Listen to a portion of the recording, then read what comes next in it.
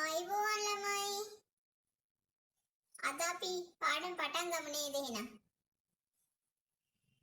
මම ගෙදර වැඩක් දුන්නා වගේ මතකයි. දුන්නේ නැද්ද? දුන්නා. ගෙදර වැඩක් දුන්නා. කො? ගෙදර වැඩ කරපුවා අත උස්සන්නේ. ඔය කරලා තියෙන්නේ කට්ටිය.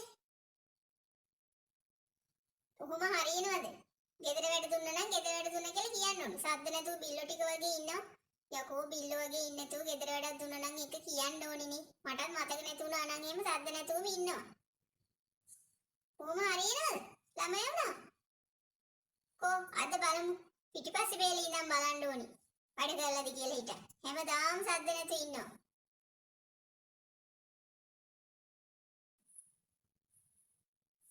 ළමයි පොලිමට එන්න. සතියේ එක දවසයි ග්‍රවුන්ඩ් එකට එන්නේ. ඒ ඇවිල්ලා ආව ටික ඉඳගෙන ඉන්න නේද කල්පනාව. කිචි කරලා. එහෙම හරියනවද? එන්න පොලිමට. පොලිම හැදිලා හිටන්. එක්සර්සයිස් ටික කරන්න බලන්න. හැමදාම කියලා දෙන එක්සර්සයිස් ටික දැන් නෑ. දැන් මතක නෑ. උඹලා නම් හදන්න බෑ කවදාවත්. කවදාවත් හැදෙන්නේ නැති ළමයි ටිකක් තමයි. කොහොම හරියනවද? වංගෙඩි වගේ ඉන්නද හදන්නේ? ලෙඩ වෙලා ජීවත් වෙලා වැඩක් නෑ ළමයිනේ. ක්‍රීඩාවක් කරලා හොඳට මනස සූපපත් කරගන්න ඕන, ඉගෙන ගන්න ඕන. අපි ඒ කාලේ හැමේ ගස් ගල් වලින් පැනලා කිලෝමීටර් ගාණක් පයින් යනවා ඉස්කෝලේට යන්න. ඒ ගිහිල්ලත් ඇවිල්ලා හිටන් ගෙවල් වල වැඩ කරලා හැමතැනම මේ සෙල්ලම් කරන්න යනවා.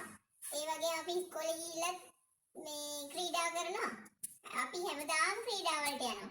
අපි ඔම මේ හැංගි ඉන්නේ. ළමයිනේ මේ හැදෙන්න කියන්නේ ඕගොල්ලන්ට. ඕගොල්ලෝ හරියට මේ ක්‍රීඩාවක් කරේ නැත්නම් එහෙම ඕගොල්ලෝ මේ වංගෙඩි වගේ වෙයි. කෙල්ලේ උඹලා වැඩක් නෑ හොඳේ. උඹලට කවදාවත් මේ ඇඟපතවල නම් ලස්සනට හදාගන්න වෙන්නේ නෑ. උඹලට යන්න එහෙම හම්බෙන්නේ නෑ රූප සුන්දරී වගේ එහෙම. ඒවට එහෙම. හරියට හැදියල්ල ළමයිනේ ඒකයි කියන්නේ.